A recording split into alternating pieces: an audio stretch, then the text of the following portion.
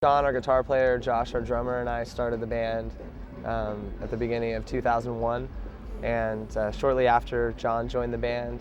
And we've had some member changes, but it's actually the original lineup again because our drummer Josh came back from going to school and rejoined. So we've been doing the band for I don't know, almost 3 years, or a little over 3 years. And you're from where in Southern California? Well, the band originated out of Riverside. It's like Inland Empire, but all of us live in different areas. Like the other two guys aren't here. They're from Riverside. He lives in San Diego. I live in Costa Mesa. So. We usually just say Orange County, just because all of our friends are there. We've always played shows there, so. Is there a good scene in Orange County? Are a lot of your friends? Yeah, it's awesome.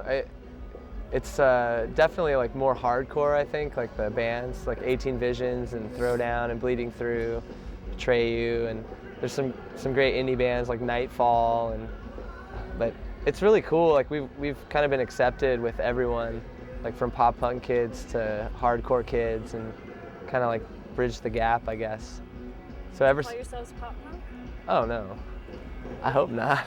I'd say like heavy experimental rock, I guess, because that's pretty much what it is. It's heavy and it's experimental. So. Yeah, everyone has a label, you know. I mean, I read reviews where they call us emo, and our new record. I don't really see where they come up with that. And what does that mean anyway?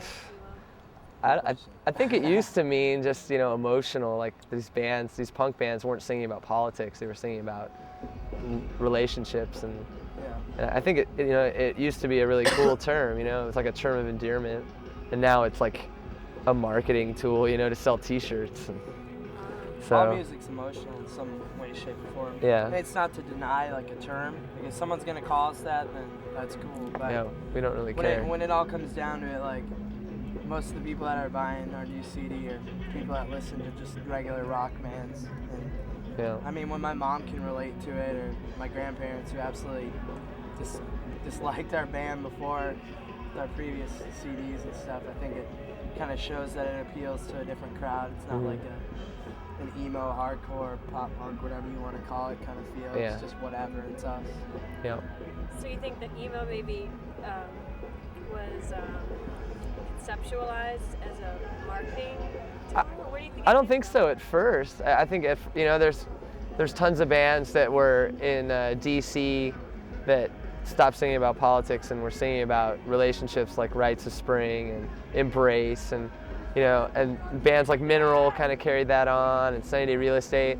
Those bands like move me, and they all of us, the lyrics, and there's just so much passion behind it. And now it's like if you sound like Taking Back Sunday, if you scream a little bit, you're automatically that, and it doesn't matter. Like labels are just snatching. There's hundreds of labels here today that are just waiting to milk the emo cow.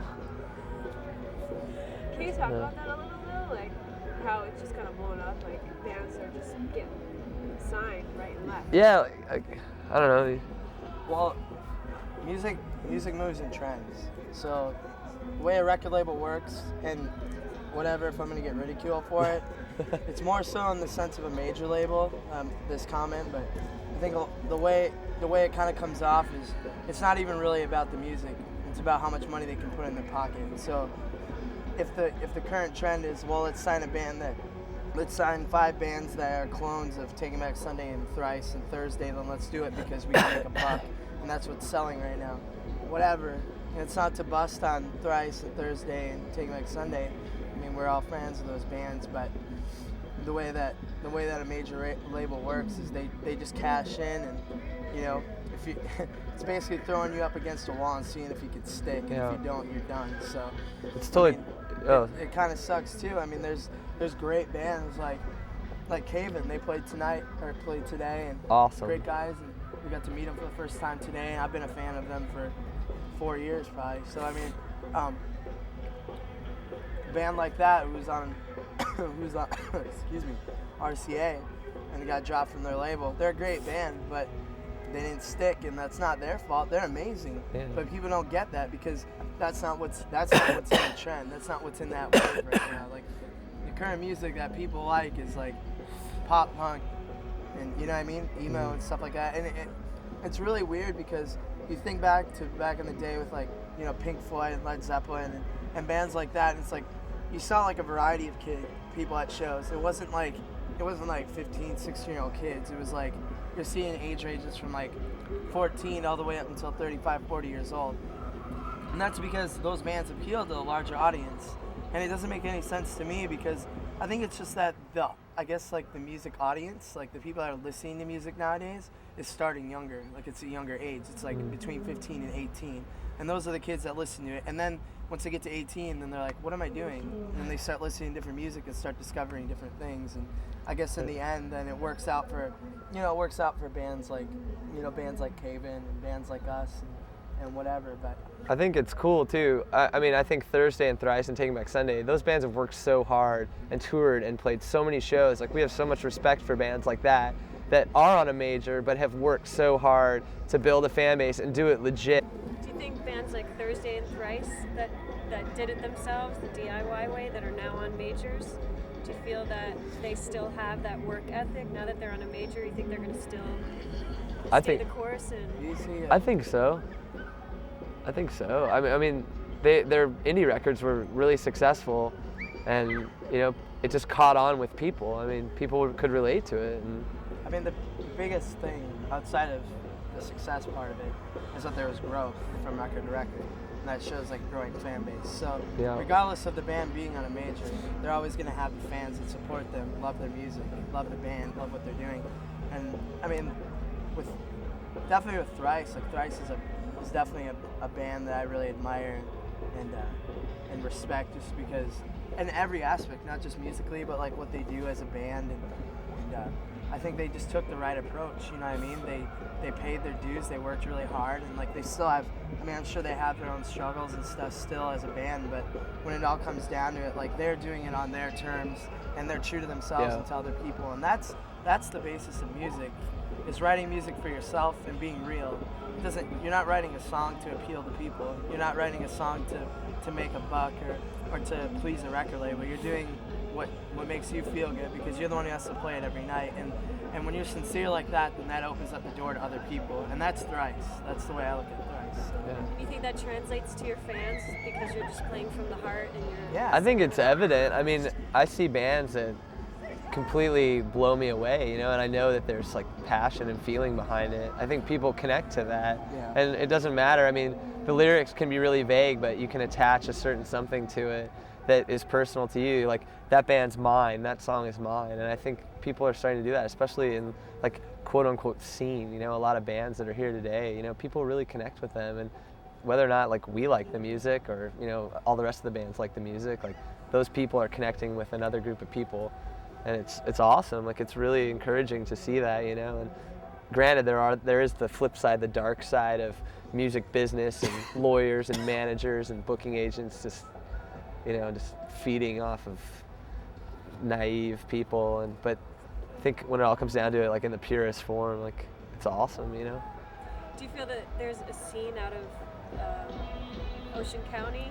Do you think? I mean, you say that this music is all the rage now, and it's maybe helped you to get noticed or get label attention. Do you feel the same way about the OCC? Do you feel that you're in a hotbed of music? Well, with the way Orange County works, like he said, like Orange County is predominantly hardcore based. Like we're definitely a band that kind of is out of the ordinary, like within that. And like the thing was, is we were doing that when like the hardcore thing was growing, like it was very hard for us to find shows with bands not within the same style. That's why you would see us on bills most of the time with metal and hardcore bands. Yeah. And like that's fine, whatever. But I don't know. I don't. Orange County is completely different. Like especially with the way that the kids that are involved within the music scene there. Like there's either the Scenester kids, or there's also just kids who come to shows. And most of the time, the kids that are involved with the hardcore scene, like there's a lot of cool kids, but then on the same sense, there's a lot of kids that talk a lot of crap and like bring the scene down, and which is weird because all the bands are community and like support each other. Like all the bands are friends. Like I mean, like I'm friends with Throwdown, and like we're both friends with like Bleeding Through, and we talk to 18 Visions and stuff. They come to our shows and like Played with the Treyu, Avenged there's just Sevenfold, community. you know, like And like that's the thing is like there's definitely hardcore is a very big thing in California right now, and like we're not really that. So I mean, but there's still that respect, and that was the thing that Thrice did. I mean, they grew up with that too. Is like they weren't exactly a hardcore band, they weren't exactly metal, but they were like a hybrid of those. And they pushed a musical boundary, and they got on those shows, and those kids respected them for what they did, you know? And I think that's a lot of what we do too. I think in relation to what you said about being able to get more label attention because of how we sounded like that before Thursday broke. I mean, I read reviews all the time that on our Light a Match record that, you know, what a Thursday ripoff band. Like, we'd never even heard Thursday, you know, they didn't even have a record out when we started. And, you know, it's like, we made this music because we like it, not because we were cashing in. And like, granted, like it's cool, like this didn't happen, you know, 5-6 years ago. You couldn't do something like this. You couldn't get bands to come out, you know, because there wasn't really that network. And it's... Do you feel Skate and Surf helps the scene? How do you feel about Skate and Surf? I mean, this is our first year, but I mean, being It's here, really cool. It's amazing. I mean, like, we had a great time slot. I mean, it's basically it's an opportunity for us to be on a show with all bands we've toured with and made friends with and also admired. It's great. Yeah. I mean, it's definitely a big thing for us because being a West Coast band and being able to play like the biggest festival outside of playing Warped Tour, you know what I mean? Yeah. It's amazing for us It's to be able awesome. to do that, especially as a West Coast band. Do you think, I guess, you know how you were saying that fans seem to listen to music at younger and younger? How do you think they get access to that? Would you say it's like via the internet? Or, Internet, yeah. Well, yeah. Can you talk about that a little Like bit? 'Cause we- that's pretty, like, I think for little bands to like get Yeah. heard. When we first started the band, we recorded a 4-song EP that we eventually re-recorded, and that's out now. But those original 4 songs we put on MP3.com, and a couple of songs ended up going to #1 on the quote-unquote emo charts. And I think by the time MP3.com was done, we had almost 1 million downloads or listens. And for us, when John was booking our tours, our first like national tours, we didn't have a booking agent, so John would book our tours. We met so many bands, and kids would come out because they heard us on MP3.com. You know, for a small band starting out, I mean, it was just so awesome to get in on like kind of the ground floor of that. And you know, like Rufio was another band that benefited from that, and they got signed to Militia from that before they were on Nitro. And you know, there's so many bands that like we tour with now that I used to see their stuff on MP3.com. It's cool, like we've all kind of grown up together and used the internet. You know, and I think we want people to have our music. Like, I don't care if they buy the CD or burn it from Kazaa. Like, I'd rather people have it because it's not like some Metallica we're losing money thing, which they really aren't. You know, it's like when I had Napster, we used to live together. When I had Napster, all my money went to CDs because I'd hear about new bands all the time. You know. I guess like another way to look at it too is like the way that, I mean, if you look at it like when file sharing became really big, and like that was like a way for kids to build community. And at that time, all those bands that were putting their stuff all over the internet and passing stuff out and telling everyone about them, like none of these bands were really big. And it was like at the time, it was just like, you know, just when like the indie kind of music was like becoming more established and like more well known. So those kids latched onto that, and that was like something that like I think in a lot of ways was their way to connect with the bands and connect. And, you know, they found like a way to connect, and like that was like every kid now is like on the internet all the time and downloading new bands all the time and going to all these shows because they find out on the internet or because they heard a band on the internet or they see a link on someone's website, and like Yeah. and it's just, I think in a lot of ways it just built like a community. It built a community, and it just kept growing and growing and growing. Yeah. And that's what it's at today. It's like all these kids are into indie music, and that's what they grew up on because they were on the internet at one time. That's the way I feel, I guess, in a lot of ways. Yeah. That's why we're always just like, we don't care, download our music, because Yeah. half the time it's difficult to find our CD in stores the way it is. We say that from stage every night. You know, I mean, that's a whole nother topic of conversation, but like CD manufacturing, when technology gets better, the manufacturing costs decrease. But why have CDs gone up to be $18.99? It's ridiculous. So the reason major labels are losing so much money is because one, they put out bad product, and two, their CDs are too expensive.